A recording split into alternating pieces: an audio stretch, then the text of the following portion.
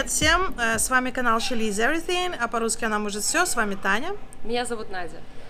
Сегодня мы в гостях у замечательной женщины, ее зовут Сарика, она из Японии. И мы не зря стоим, за спиной у нас лягушка, это лягушка, которая меняет свой цвет в зависимости от обстоятельств. От окружения, да, в зависимости от того, в каких джунглях она или на какой ветке она в данный момент находится. Поэтому мы решили поговорить на такую тему, как чувствует себя женщина, когда она выбирает какое-то нетипичное для женщины занятие, будь то хобби или работа. Наша героиня известна тем, что она разбирается в сакэ, и несколько лет назад она получила титул сакэ-мастера. Оставайтесь с нами, чтобы узнать, что мы имели в виду под метафорой с этой лягушкой. Потому что имели мы в виду, откроем секрет, мы имели в виду, что Сарика не меняет свой цвет в зависимости от обстоятельств, а наоборот, Сарика стала сакэ-мастером. Это профессия традиционно мужская в Японии, и несмотря на то, что ее не поддерживала ее семья, общество как-то странно на нее смотрело, она все равно занимается и занимается и будет заниматься своим любимым делом. So good morning, Sarika. Thank you very much for your time and your participation in our project. She leads everything. Thank you, Nadia, for having me. Yeah, you know, like the purpose and our goal of doing this project is to empower women, giving them some other women experience who are living abroad or do different career or follow their passion. And we believe that it will really make women stronger, more empowered, and more inspired. Sure. Okay, so let's start with this first question. Congratulations on the project. Yeah, thank you, Sarika. So first of all, we would like you to introduce yourself to our viewers. Okay, well, hello, my name is Sarika. So what shall I start with? Well, I'm a Japanese woman, and originally my background, or I've worked with the United Nations, United Nations for about a decade in the area of urban development, gender equality, women's empowerment, housing in actually Vietnam as well, Thailand, Kenya, and Washington D.C. So I joined the UN through the year 2000 competitive recruitment exam.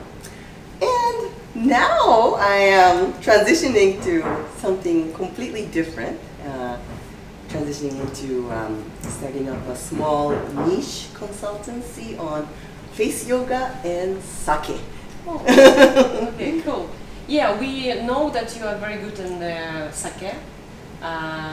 We know that you have a title called Sake Master or Master of Master Sake. of Sake, Right? yes. So can you tell us a little bit more about the inspiration for this hobby, for this activity? Okay, well, first of all, I really did not have any interest in sake until year 2009. Sake until that time for me was like my grandfather was drinking sake, my father was drinking sake, but the little I tasted was not really my style, and it, not just for me, but I think for a lot of Japanese people, there's a kind of stereotypical conception that sake is for old men. However, 2009, when I was traveling to Fukushima Prefecture in Japan, northeast of Tokyo, I drank the most amazing sake in 2009, and I could not believe what I've been missing the whole time. It was so tasty, and I thought, wow, I didn't know sake was so good. And I just fell in love with that sake from that moment, because obviously what I've drank before was not good stuff. So since then I thought, and when I talk to my friends about sake, they're like, oh, at that time, now things are changing because this is still back 10 years ago. At that time, when you go out with friends, you don't go to drink sake. You drink maybe wine or champagne, beer, but like you don't go out to drink sake. So sake was very old-fashioned. At that time, yes, I think, but it is changing. And then after this Fukushima experience, I thought, wow, this is such a beautiful thing. I wonder what is the situation with sake. I want to drink the same type of one in other areas too. And where I come from, or where my ancestral village, which is Nagano in Japan, is like a sake wonderland. It's actually out of the 47 prefectures in Japan. It brews. I think the number of breweries in Japan is number 2, the largest amount of sake. So, but then I was hearing in Nagano that a lot of the breweries are closing, and the reason is that, just as I explained, it's not, at that time it wasn't really hip, trendy to be drinking sake, and then the consumption was mainly by old men in the past. So, the consumption, domestic consumption, even now it's going down. And the brewery, the number of breweries, so in Nagano apparently, not just Nagano, but all over Japan, that the breweries had to close down because the brewers or the sake master had no one to hand. Nobody, the kids did not. They did not want to be, in this countryside brewing things that no one would drink. Rather, they would go to Tokyo and look for urban jobs. So, the breweries apparently from 1970s to now, it's only half the number, about 1,000 plus. That's a lot. Yeah. So half of, it was 2,000. Big reduction. Big reduction, and even before it was 30,000.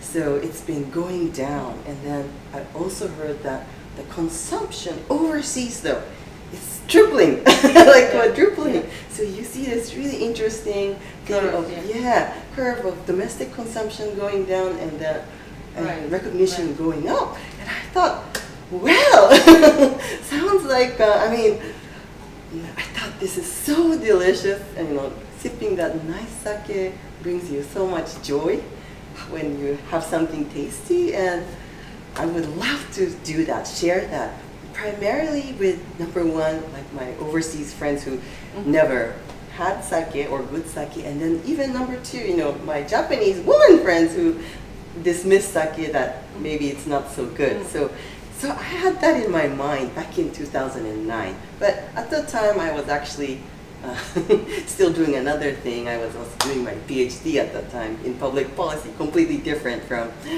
sake, so I could not do anything at that time. But back in 2014, I think for my birthday present for myself, I decided my birthday present for myself, I'm going to start studying sake, because I saw that there's a certification called Master of Sake, and I thought this is a great way to first, to learn, and like a mini goal for myself.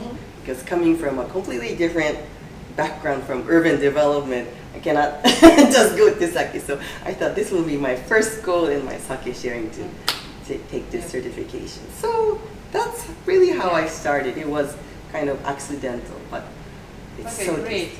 And do you remember how your family and relatives reacted on your new hobby? And overall in Japan, is there any stereotype which job should be for men and which one for women?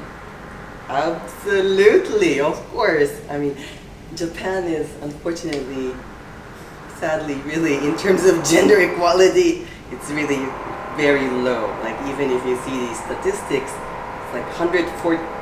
Every year it's slipping, by the way. And the last one, I think it was 114 out of 144 countries. So, it's about, and these index looks at political participation, economic empowerment. I think we're doing pretty well in education and stuff, but at the end of the day, in terms of using your skills in society, like jobs, it's very low. So, when you say about, is there a job for men and women? So given this, and the stereotyping, sake was one of the professions that women were officially not allowed for religious and practical reasons. And but now that has changed, and now women are allowed to brew sake. But even now, in the year 2018, I think there's only 25 toji, who is the master brewer in a brewery out of 1,000 breweries in Japan. So it's still, even if that ban has lifted up, it's a slow progress. But did your family accept your passion? Oh, well, well, first of of all, my immediate family, my mother and father, of course, they know me well, and they always do support me. I think the problem was more like my grandmother and grandfather's side, who is from a different mindset. And for example, my grandfather, well, now both my grandfather and grandmother have passed away, but my grandfather, he's from a different era, and even though he probably did not have any intention of, gender oppression or anything, but it was just always normal for him that girls should be like this and boys should be like this. A lot of, gender stereotyping, if we call it now, but he didn't have any bad intention, but that's how he always was. And I already questioned that from when I was maybe age, I don't know, 4 or 5, when sometimes he would say, "Oh, Sari-chan, my granddaughter, your clothing is not so girl-like. Your color is blue color. It's not really for girls." And I used to think, "Oji-chan, I don't get it. Why should I not wear blue?" So it was these little things that already, started. I had question marks. I mean, I love my grandfather, and he really loved me because I was the first granddaughter or first grandchild in the entire family. But it was like repeatedly, the blue T-shirt is just one example, but there would be things like this. And when I eventually went to university, my grandmother was, "Do you need to go to university?" "For what reason?" I said, "I want to learn." And she said, "Oh, but you might not get married." And I said, "It's okay." So it's a different mentality. Yeah, so, I understand. so for them, and then they had a very, like an ideal woman or an ideal maybe Japanese girl that I probably did not fit into that idealism. So they were not alive when I started to study for Sake. So I'm sure if they were alive, they would be really surprised that in their mind, because they're from a different era and a time mentality, they would be, "There's no way that women should be in this business." Given your UN background, and especially your expertise on the gender equality and your own story, what do you think really, like why people believe that there are some male and women job, and how women can really overcome it? So how they can persuade other people that they are able to do some job that is not traditionally perceived as for them? So going back to the question first, is there a women and men's job? So as I mentioned, Sake was officially within this realm of, there's a Japanese word called 女人禁制, which means that women are not allowed. And so Sake, the reason for that is because of religious and practical, meaning religious, meaning that somehow they thought the woman's menstrual cycle will interfere with the sacred making of sake, even though sake originally in the ancient time was made by women as an offering to the god. That was the ancient time. But since there was this ban, somehow they thought in sake you have the fermentation process of the enzymes, and then they thought women's menstrual cycle will somehow interfere with this fermentation process and spoil the sake. So there were strange beliefs so that's one of the reasons. And the other reason that women were banned from sake making is more practical reasons of protection, that it's hard labor. I mean, there's a lot of stuff to be stirred, and it's for the brewing process is always in the winter time, ice cold rooms, and there's a hard labor. So somehow for the two reasons of this religious and the practical reason, women were not allowed. That would be the answer to your why. But then once it's lifted, even if that ban is lifted, it's not like you lift the ban and now everything is completely equal. No, I think it's a really slow process, and within the sake, of course, there's the brewer, the making side, and then of course there's the consumer side. So I think in both sides, women are not really represented in both sides. So,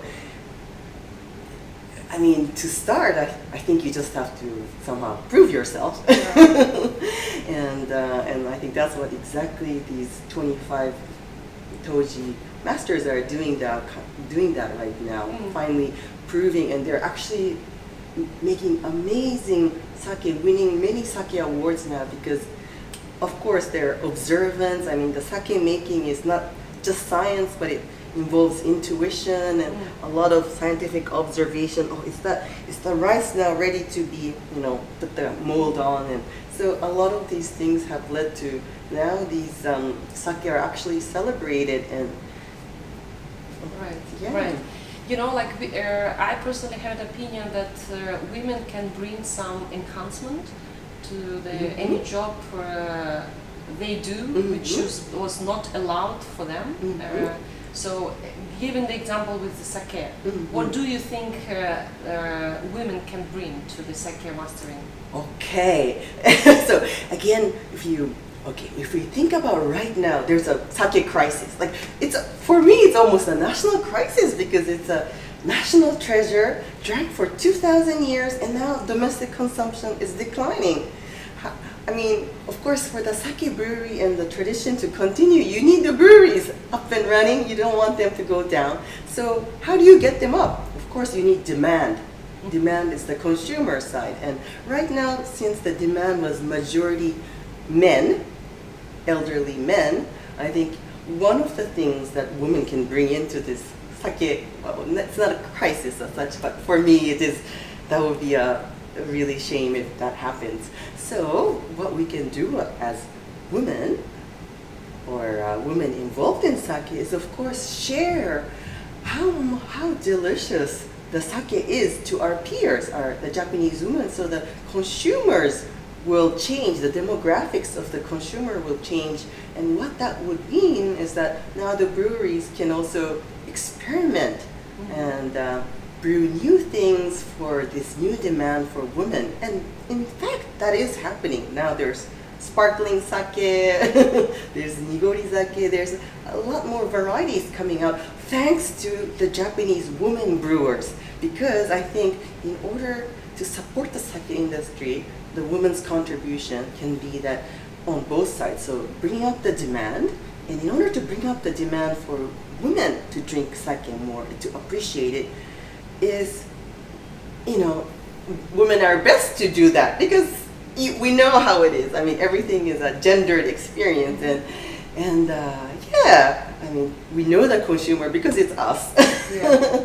So we can bring these demand higher as well, and hopefully the sake domestic consumption, the consumption doesn't have to just go downhill with these contributions. So what I understood that you believe that in any area, and sake particularly, women can really shift the situation, by doing some proactive initiative, be innovative, experiment, right? Surely, and not just in sake, really. I mean, this goes for everything. I mean, any job, I think, or employment, because it's 50% of the country's resource, and then if you value it and if you use it, well, not use it, but if you give the opportunity to half of the country, of course, for the country it's great. Economically, we're going to progress too. So it's not sake only, but for anything you can say that involving women, you'll have not just involving a variety of stakeholders. Of course, you'll get more ideas. So women being one of them, but yeah, I mean, of course, involving many is better than just one track, one mind who have kind of closed off. So yeah, you can see that for, I think, everything. Good for the country, good for the economy. Right. So we also know that you're good at fейс-йога. This is your another passion, and it's quite visible that it really has a result, because we see it on your face. So maybe Sarika, you can share with our viewers some practical routine or practical example from your morning fейс-йога. Okay. So yes, I love face yoga. And face yoga, when I say face yoga, people think it's a joke, and it looks like a joke. I'll do it now, but it actually really works. Okay, so what I'll share with you is called the lion's breath. There's so many face yoga poses, but this is one of my favorites. It goes like this.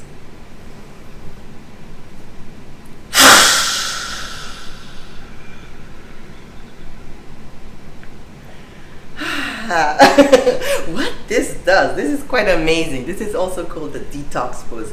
Excellent for hangovers because your mind and your body is so connected, and whenever you're doing face yoga, you always think that you're inhaling positive thoughts, exhaling anything negative or any worries or things you don't need. So after you do a couple of these lion pose, you feel really, really bright, and then your tongue is connected to your internal organs. And this is actually an Ayurvedic tradition, and it's supposed to actually clear up even asthma as well. So that's only one of the poses, but there are many other great ones.